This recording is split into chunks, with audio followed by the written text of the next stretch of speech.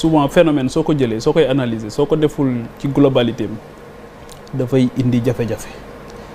te lii ñuy gis yëpp aboutissement la wax nañ 88 mais pour man sax 68 sax am na ci responsabilité parce que 68 aussi avec seen mouvement boobu nga xam dajoon na àdduna ak ñoom Daniel Cohn-Bendit ñoom ñoo jóg rek ne léegi moom kilifa kenn mënatu ko wax ci réew on bouleverse ordre bi nga xamante ni moo amoon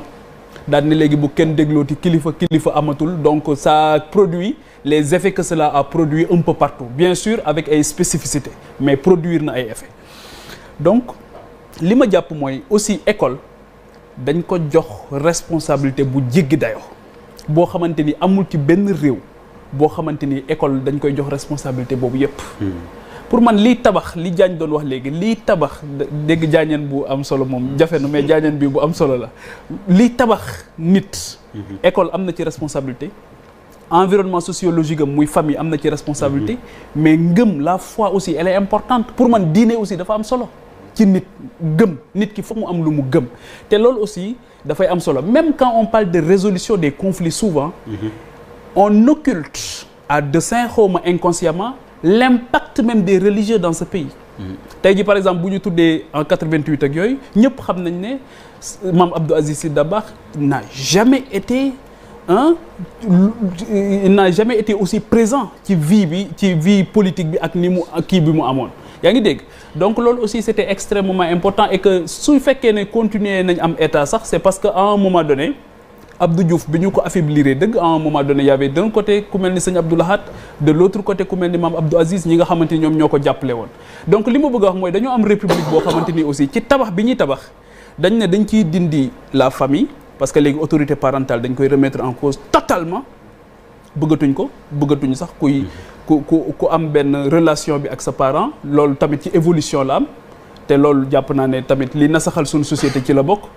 on ne craint plus les parents ragalatuñ leen ñoom aussi jàpp nañ ne léegi lu ci bari dañ ko négocier waratuñu wane yoon te jàpp naa ne man de c'est vrai que école contribuer na lu bari ci suma yar mais suma environnement bi ma nekkoon aussi rawatina suma maam bi ma yar contribuer na ci lu bari et je pense que ne loolu c'est important beneen bi mooy école bi aussi léegi benn tyrannie moom moo fa am tyrannie bi mooy maîtres yi léegi pour ñu assumer seen responsabilité c'est toute une difficulté parce que problème bi mooy léegi na nga doon yare dañ koo changer ni nga doon yare parent bi rapport bi muy am ak man suma maam su ñëwaan seet si suma maître yi li muy wax mooy de leen dóor de ñu ne ko nag du ko soxla mais c'est-à-dire que y avait aussi rapport de confiance boobu amoon entre l'école et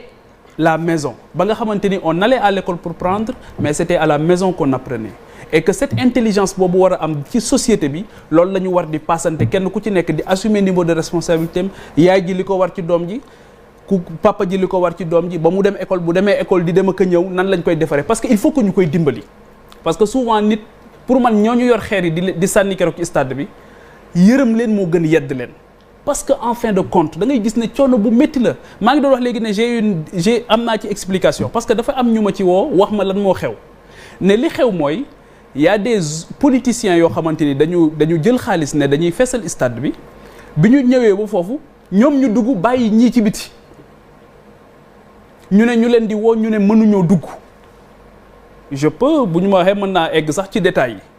yi ñu ne mënuñu dugg léegi nag ñii am frustration parce que déjà nee nañ indi nañ leen ba foofu te mënuñu dugg ci biir stade bi mooy li ma wax léegi rek c'est-à-dire que ñàkk gi yenn saa yee dafa am ñoo xamante ni ñoo koy utiliser ci espace public dafa am ñoo xamante ni bëgguñu réer jóge fi bëgguñu ñàkk jóge fi parce que ñàkk bi dafa am ñu koy utiliser réer gi it dafa am ñu koy utiliser et que pour man xeex bi ñu war a def ñun ñëpp tey ce défi fondamental mooy sunu effort de guerre contre l'ignorance gis nga bu ñu fexee ba nit ñi xam ba pare nit ñi xàmmee nit ñi am lu ñu gëm taxaw ci ngëm gu dëgër ba mu wóor ma ne man mii sama diine li mayu ma tey ma yàq bien public sama diine mayu ma ko sama yar mayu ma ko sama ngor mayu ma ko sama ngor tey ak sama diine bi may nekk université j'étais président de l'amicale des étudiants du CESTI Diagne mi boobu moo ngi ci kii social COUD mais man je disais aux gars que man front am na ci loo xamante ni il faut que ñu réfléchir sur la forme de combat may leen front mënuma ko pour la bonne et simple raison Abbas Ndaw bi bu fi ambulance jógee jëm fan bi nit nekk ci oto boobu yow front tax kooku mënta egg ba dee ci biti qui est responsable da nga ciy am responsabilité donc loolu moo tax ma jàpp ne dëkk dañ xale yi yërëm leen moo gën yedd leen mais surtout am na ñu mag ñu bari ñoo xamante ni yeddaange bi ñuy def ñoom ci seen bopp ñoom ñoo am jafe-jafe d'abord parce que nit am na noo xam soo ko bëggee jubbanti noonu te nawloo woo ko dafay am problème leneen li mooy li malal doon wax foofu laay jeexalee. mooy que les jeunes conséquences souvent ay victimes la ñuy nekk. victimes ah. les jeunes sont plus victimes. victime la ñuy nekk parce que bu politique d'ajustement structurel amee yow nga faillir en tant que président de la République parce que xale bi juddu ci kër du xale famille boobu xale nation bi la yow nga faillir ba pare ñëw di ko xasaat di ci teg c'est pas possible loolu moo tax Abdoulaye Wade en 2000 quand il prend le pouvoir mu wax lu am solo mu ne la disponibilité de ma jeunesse moo ma ëppal solo milliards yi jóge bitim réew mais jeunesse doo ko xool comme une charge da nga koy xool comme une chance xam ne opportunité la mais mënoo ko xool comme une charge di jooy rek sama jeunesse bi sama jeunesse alors que dividende démographique boobu da nga ko war a jëfandikoo ni nga koy jëfandikoowee nag mooy nga nawloo ko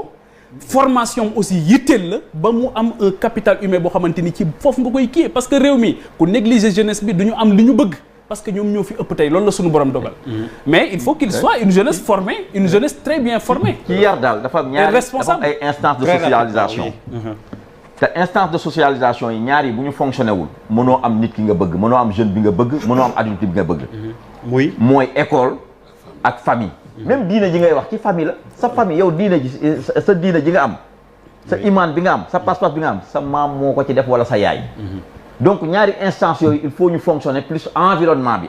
bu ma ko waxee médias yi bokk nañ ci ak lépp loo xam ne moom moo leen entouré ci société bi mais souvent jeunes yi ñoom ay victimes lañu parce que du ñoom ñoo créé seen bopp def ni ñu mel aussi sentiment d'injustice bi ñu wàññi ko parce que sénégalais yu bëri dañuy réagir parce que souvent sentiment d'injustice bi ñuy am mooy justifier ñoom seen réaction d'autant que ñun dañu am un problème avec le bien public ñun pour ñun bien public bi du ñu askan wi ñoo ko bokk dañuy jàpp ne Macky Sall moo ko moom wala keneen représentation boobu lañ ci am